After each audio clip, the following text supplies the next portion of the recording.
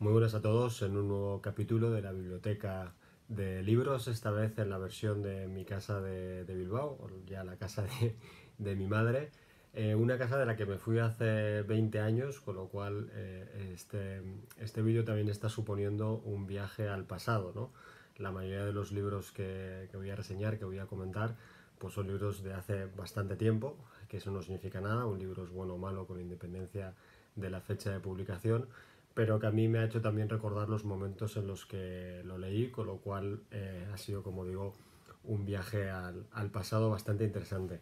No he encontrado todos los libros que pensaba que iba a encontrar, pues estas son las cosas que tienen de dejar tu casa y que a tu madre le encante mover las cosas de sitio y mezclarlos todos. Mis hermanas además también son increíblemente lectoras, con lo que la casa está llena de libros y están todos mezclados, pero por contra me he reencontrado con algunos libros que no me acordaba y que la verdad son muy buenos y me ha hecho mucha ilusión. También voy a recordar algún libro que me costó leer o que no me gustó y que supuestamente son grandes joyas de la literatura. A veces sí me genero algún hater, que un youtuber que se precie no es nadie si no tiene ningún hater, y espero en general que os guste. El primero que voy a reseñar es este de Arturo Pérez Reverte, que ya lo he comentado en algún libro, en algún vídeo, que se llama La sombra del águila.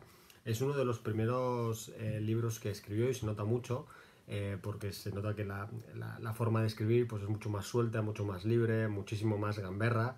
Y está basado en un hecho real, que es pues en la campaña de Rusia del año 1812, en el ejército de Napoleón, un combinado de españoles intentando desertar a Rusia, pues parece como que estaban teniendo un acto súper heroico en la última embestida contra el ejército ruso, ¿no? Eso llegó a oídos del emperador y bueno, casi se acaban convirtiéndose en héroes nacionales. La verdad es que es muy muy divertido el libro y merece mucho la pena, de los primeros tiempos de Arturo Pérez Reverte. Esta es una de las joyas que me he encontrado y se me había olvidado. Es La prisión de la libertad, de Michael Ende.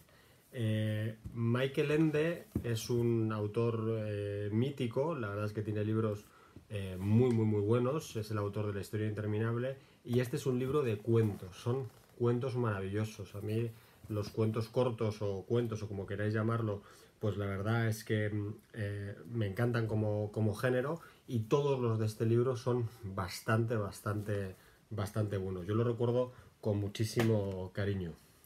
El siguiente es Sefarad, de Antonio Muñoz Molina.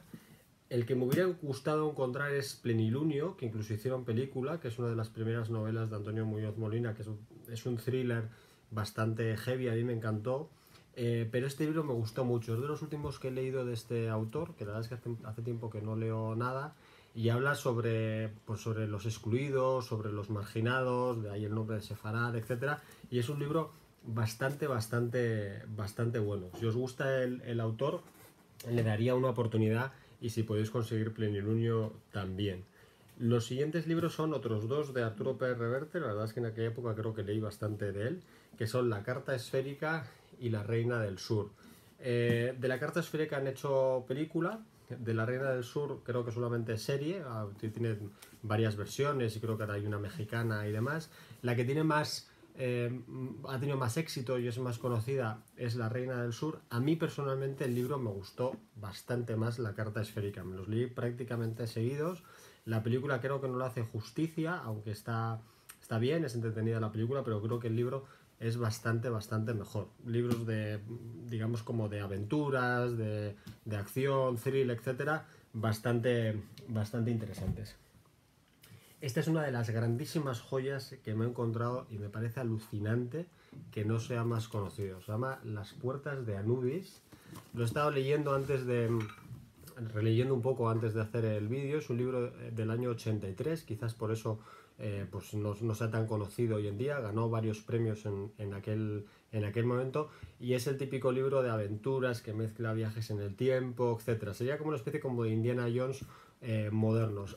Recuerdo que a todo el mundo al que se lo recomendó le encantó, y estoy absolutamente seguro que si se publicara hoy en día sería el típico libro del que harían, si no películas, series, seguramente alguna secuela, crearían 6 o 7 libros del estilo, porque es terriblemente entretenido. Si os gusta ese tipo de géneros, por favor haceros con él porque es una auténtica pasada.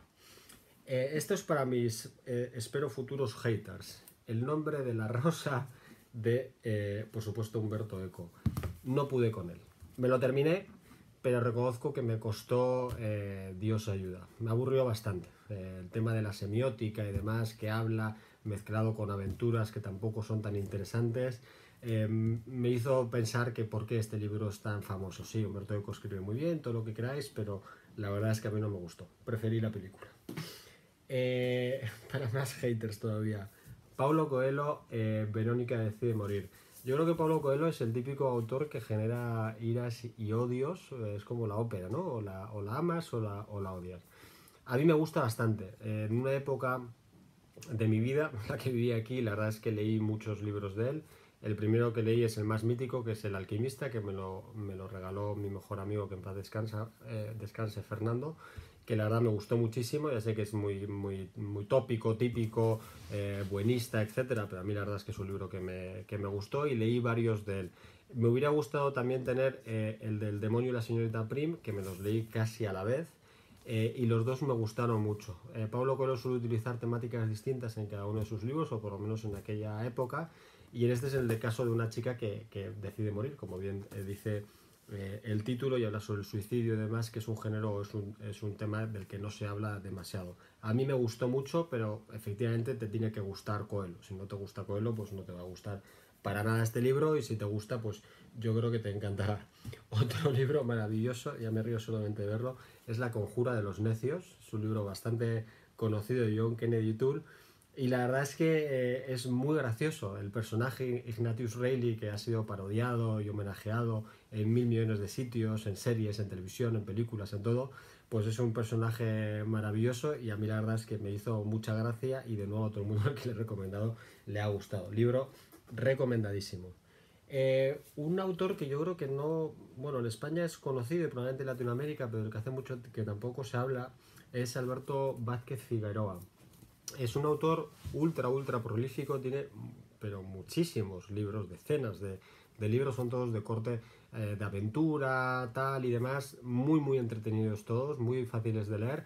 Podría haber escogido cualquiera de los libros que tengo en casa, a mis hermanas y a mis padres también les gustaba mucho y de muchos, y he escogido Anaconda porque lo tenía aquí en mi biblioteca de mi cuarto, y además porque es su autobiografía, que en sí misma es muy interesante. La vida del autor es súper interesante. Si te gusta el género de aventuras, totalmente recomendado. Eh, este libro tiene su gracia, y lo he recomendado como una no recomendación, que es el libro de Michael Crichton, El hombre terminal. Y digo no recomendación porque es un libro bastante aburrido. A mí Michael Crichton me gusta, tiene bastantes libros pues, muy interesantes, de ciencia ficción, thriller, etcétera. Este es bastante malo. A mí me hace mucha gracia porque me acuerdo que es estas cosas que hacemos entre hermanos. Se lo estaba leyendo mi hermana Anne, y le pregunté qué tal es el libro. Está bien, me dijo, es una maravilla. Me lo empecé a leer cuando lo terminó, y cuando llevaba pues no sé 100 páginas le dije, Anne, pero sí es malísimo. Me dice, ya, ya, es muy malo, pero es que no quería ser la única en la familia que se lo hubiera leído.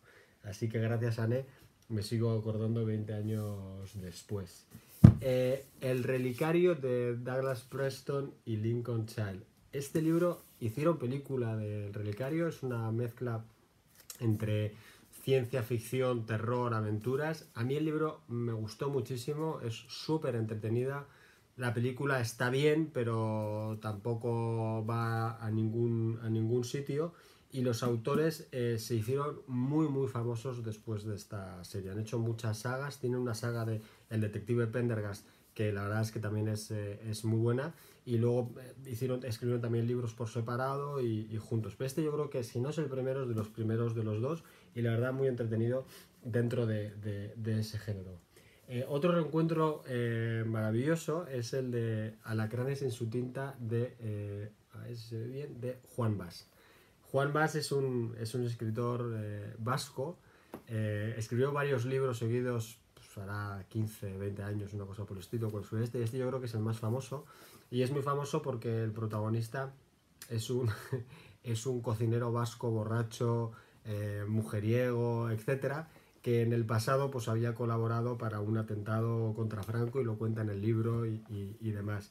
Es bastante divertido, es muy gracioso de leer y la verdad que muy recomendado. Una joya absoluta. Este autor yo creo que es muy poco conocido en España, se llama James Fry. Este libro es Una mañana radiante.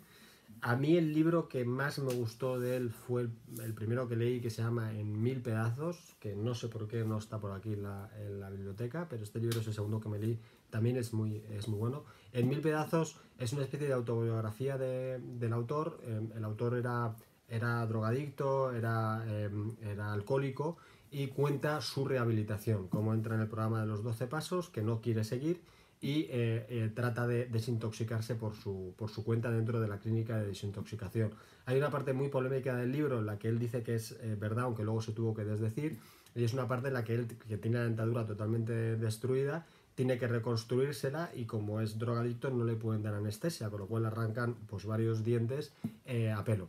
Eso luego se desdijo, dijo que no era exactamente así, que él quería expresar lo que había sentido en ese momento, etcétera, pero el libro da igual si es un 70% cierto y 30% novelado, es un libro maravilloso. En Una mañana radiante sigue ahondando sobre los temas recurrentes, yo creo que en sus libros, sobre las adicciones, sobre el desarraigo, la marginación, etcétera, y la verdad es que me gustó mucho, aunque me gustara más el primero. Libro comentadísimo, autor comentadísimo en mis vídeos, Paul Auster, Brooklyn Follies. Lo tengo que volver a insistir porque este es probablemente el libro que más me gustó de él. Condensa todo lo que es su literatura, es una maravilla de leer, es muy fácil, es muy adictivo y la verdad que si no te has leído nada de Paul Auster o te lo has leído todo, en cualquiera de los dos casos te lo recomiendo muchísimo. El siguiente, Ensayos sobre la lucidez de José Saramago. La verdad es un libro muy interesante, habla de un tema que yo creo que es universal o que podría ser de actualidad en cualquier momento, que es una historia imaginada en la que una parte de la sociedad desencantada totalmente con la política, pues decide votar en blanco. En este caso el 70% de la gente vota en blanco y lo que son las consecuencias de una decisión así, cuál sería el impacto dentro de la sociedad, cuál sería la respuesta de los políticos, etcétera. Como digo, totalmente de actualidad en cualquier momento de la vida en que te lo leas. A mí me gustó mucho, pero de nuevo, el que más me gustó, y en este caso es el más famoso, es Ensayo sobre la ceguera, que lo escribió un poco antes, que tampoco lo he encontrado, aunque sé que lo tengo, que habla sobre pues qué pasaría si en la sociedad de repente la inmensa mayoría de la gente se quedara ciega de un día para otro, quitando a unas pocas personas. Los dos libros son muy buenos, los dos libros son muy interesantes. José Saramago escribía, la verdad es que fenomenal, y la verdad que muy recomendables. Esta es otra joya que sí que me acordaba que la tenía, pero que estoy pensando incluso en volver a leer, que se llama Cuentos de fútbol.